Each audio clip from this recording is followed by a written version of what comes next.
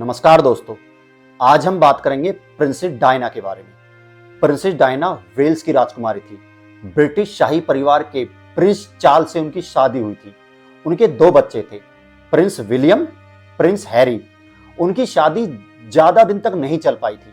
1996 में उनका तलाक हो गया था। उनकी मृत्यु 31 अगस्त 1997 में पेरिस की एक सुरंग में हो गई थी। उनकी मृत्यु ने बहुत सारी कॉन्स्पिरेसी थ्योरी ने जन्म दिया। प्रिंसेस डायना के साथ कार दुर्घटना में दो लोग और थे जिनकी मृत्यु हुई थी। एक तो उनके प्रेमी डोडी अल फयाद और ड्राइवर पॉल हेनरी। ये दोनों नाम आप याद रखना, इसके बारे में आगे चर्चा करेंगे। तो डोडी अल फयाद के जो पिताजी हैं, जो फादर हैं, उनका आरोप था कि ब्रिटिश के शाही परिवार के जो अधिकारी हैं, उन्होंने प्रिंसेस डायना की हत्या करवाई थी। और इसमें MI6, अमेरिका की CIA और पेरिस की जो खुफिया एजेंसी, वो भी उन पर निगरानी बनाए रखी थी। हुआ क्या, जब प्रिंसेस डायना का तलाक हुआ था तो तब भी वो सारे जो उनके प्रिंसेस के जो काम थे, राजकुमारी के जो काम थे, वो सारे करती रहती थी। और वो बहुत ज्यादा प्रसिद्ध थी, बहुत ज्यादा प्रसिद्ध। लोग उनसे काफी ज्यादा जुड़े हुए थे। कहते हैं कि जब प्रिंसेस डायना की डेथ हुई, जिस पैलेस में उनका शव रखा गया था, वहां पे इतने ज्यादा फूल आए थे कि 5 फुट की हाइट तक पूरी जो जमीन है, पूरी 5 फीट की हाइट तक वो पूरा एकदम भर गया था। और पापाराजी जो फोटोग्राफर का भी अहम भूमिका मानी जाती है, क्योंकि उनसे वो बहुत ज्यादा परेशान थी। एक बार की घटना है कि प्रिंसेस डायना किसी यॉट पर थी, किसी शख्स के साथ, किसी व्यक्ति के साथ। वो फोटो उन्होंने लीक कर दी थी, चोरी से खींच के लीक कर दी थी। उससे वो बहुत ज्यादा दुखी हुई थी और कहते हैं कि 500 करोड़ में उसकी नीलामी हुई थी फोटो की। तो पापाराजी की भी अहम भूमिका मानी जाती है प्रिंसेस डायना की। 1995 में प्रिंसेस डायना का एक इंटरव्यू काफी ज्यादा प्रचलित हुआ था, काफी ज्यादा वायरल हुआ था उस समय अखबारों में।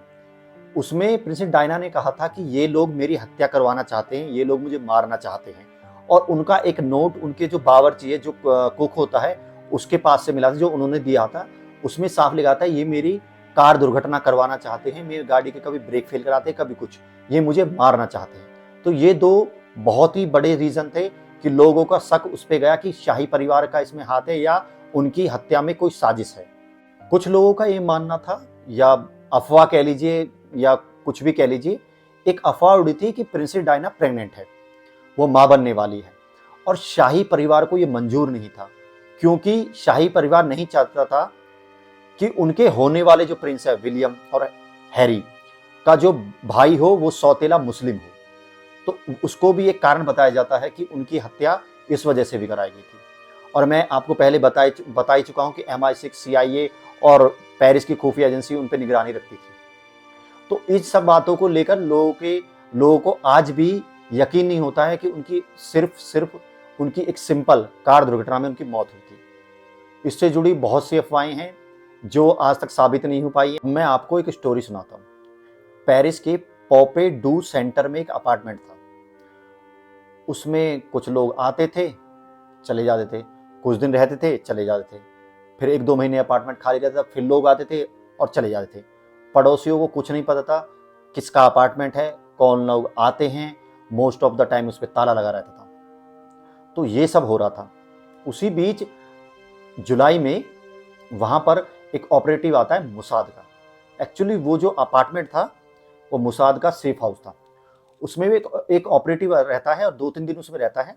उसमें जो वायर वगैरह जो चेंज करते हैं, कम्युनिकेशन जो रहता है बहुत ही सिक्योर लाइन पे करती है सीक्रेट एजेंसी वगैरह, अपने जो कनेक्शन जो रखती है बात करने के लिए सिक्योर लाइन करती है। तो तारे वगैरह चेंज करके वो चले जाता है। फिर कुछ दिन और जो उसका ताला लगा रहता है, बंद रहता है, किसी को कुछ नहीं पता।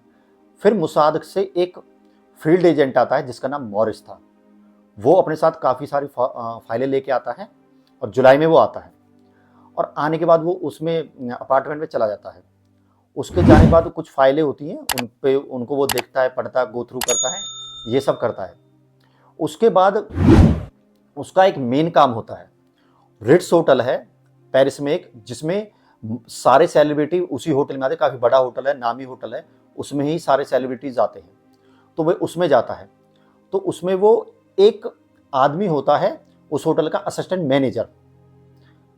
मैनेजर होता है, पॉल हेनरी, याद आया?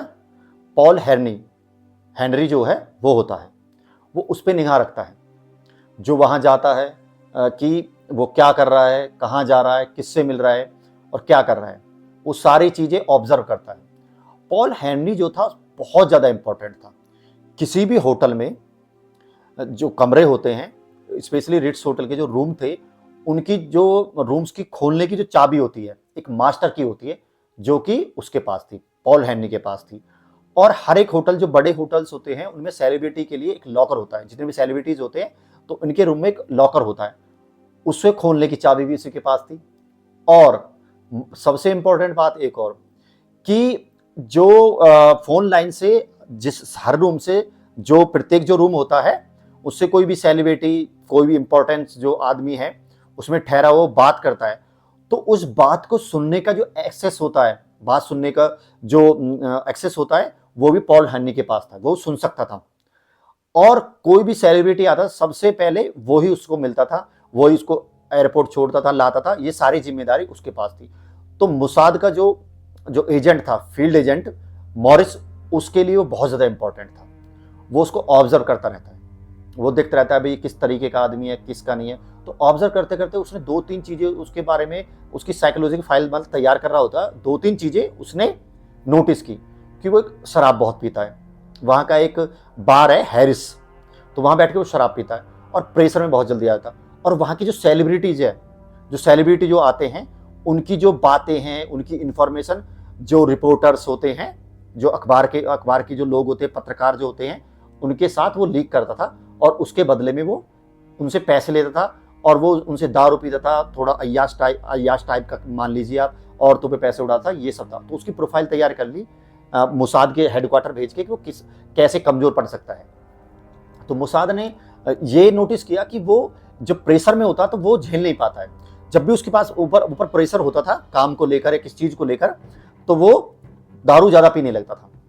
अब होता क्या है, एक दिन सडनली जो बैंक का जो मैनेजर होता है, जो मेन मैनेजर होता है, जनरल मैनेजर जो होता है, वो उसको बुलाता है कि अगस्त में 1997 की बात बता रहा हूं मैं आपको, ये हमारे जो होटल में बहुत ही इंपॉर्टेंट गेस्ट आने वाले हैं, बहुत ज़्यादा इंपॉर्टेंट है और उनकी सिक्योरिटी सबसे ज़्यादा इंपॉर्टेंट है, उनके बारे में कोई भी लीक नहीं होना चाहिए। और वो थे प्रिंसेस डायना और डोडी अल फयाद, जो कि एक प्राइवेट मीटिंग के लिए आ रहे थे। तो उसने कहा था मैनेजर ने कि इनकी कोई भी बात या उनका आना लीक नहीं होना चाहिए।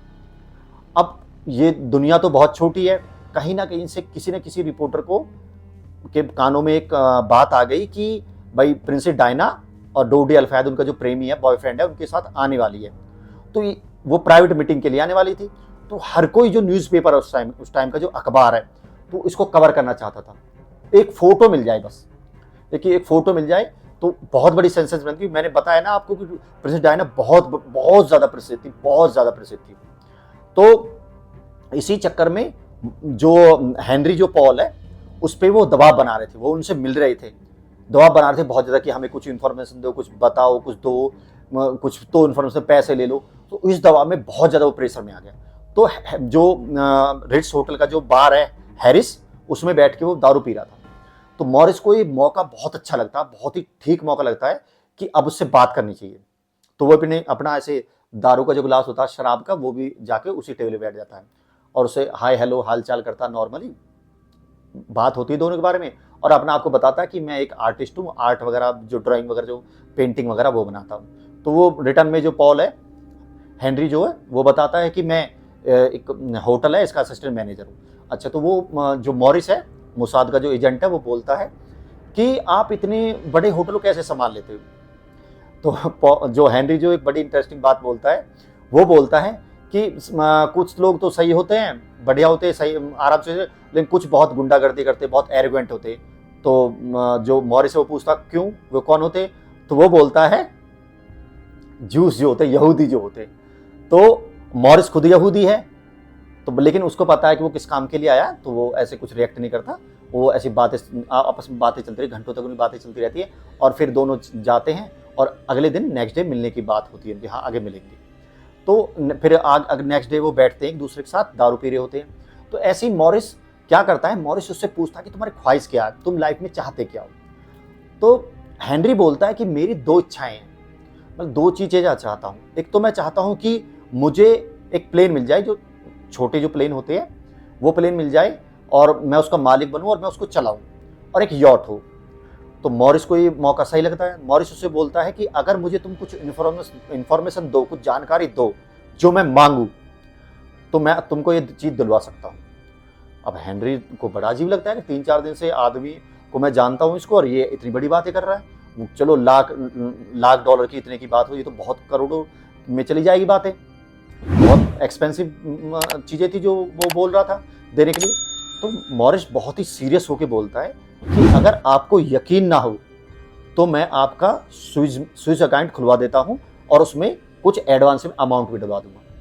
अब जो है हेनरी बहुत ज़्यादा सीरियस हो जाता है कि उसको लगता है कि यार ये तो बहुत ज़्यादा सीरियस है। तो वो उसको ना तो हाँ बोलता है, ना बोलता है, ना डिनाई करता है, ना मना करता है, ना हाँ करता है, और वो चला जाता है और कहता है कि हम फिर मिलेंगे। अब होता क्या है, इसी बीच में हेनरी अपने काम में बहुत ज़्यादा व्यस्त हो जाता है, बहुत ज़्यादा बिजी हो जाता है, क्योंकि इधर से प्रिंसेस डायना और डोडी अल फयाद भी आ गए थे होटल में। तो इस सब के चक्कर में वो बिजी हो जाता है और उससे प्रेशर बहुत ज़्यादा, वो और ज़्यादा दारू पीने लगता है और तो वो ड्रग्स के इंजेक्शन भी लेने लगता है, गोलियां भी खाने लगता है, वो बहुत ज़्यादा प्रेशर में था। लेकिन मॉरिस उसका पीछा नहीं छोड़ता। जहां वो जाता है, वो रिसेप्शन पे है तो मॉरिस साइड में से उसे देखता रहता था।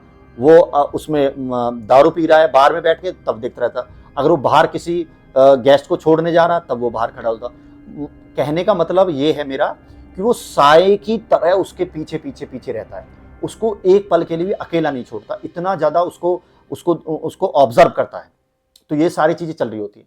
तभी एक दिन शाम को वो प्रिंसेस डायना और डोडी अल फयाद को ले जा रहा होता है, और प्रिंसेस डायना जा रहे होते हैं। तो उनके पीछे जो पापाराजी जो मैंने बताया था आपको, वो फोटोग्राफर, वो उनके पीछे भागते हैं कि हमें एक फोटो मिल जाए उनकी। अब वो जो पेरिस की एक सुरंग में गाड़ी लेके जा रहा होता है, हेनरी जो है, पॉल हेनरी ही गाड़ी चला रहा होता है, और वो गाड़ी को लेके चला जाता है। आगे सुरंग में गाड़ी तेज स्पीड में होती है, आगे एक सफेद लाइट की फ्लैश आती है और प्रिंसेस डायना की गाड़ी का एक्सीडेंट हो जाता है, वहां उनकी मृत्यु हो जाती है। ये सब तो चीजें तो आपको पता ही है। अब इसमें बात सबसे ज्यादा जानने वाली ये है कि प्रिंसेस डायना की जो मौत की जो घोषणा हुई थी, जो घोषणा जो हुई थी उनकी मौत की, करीब 1:30 बजे हुई थी, और 4 बजे मॉरिस तेल अवीव मोसाद के हेडक्वार्टर आ गया था, वहां से अपने वो दूसरे मिशन पे साउथ अफ्रीका। मोस्ट इंपॉर्टेंट बात क्या है कि कहीं ना कहीं मोसाद भी इसमें एक प्लेयर था। MI6, CIA और पेरिस की खुफिया एजेंसी तो थी जो निगरानी रखती थी। तो मोसाद का क्या, आपको क्या लगता है मोसाद क्या कर रही थी वहां पे? मॉरिस क्या कर रहा था हेनरी के आसपास रह के? मोसाद भी एक बड़ा प्लेयर था। कमेंट करके मुझे जरूर बताइए, और वीडियो कैसी लगी ये भी जरूर बताइए। चैनल को सब्सक्राइब करें। नमस्कार।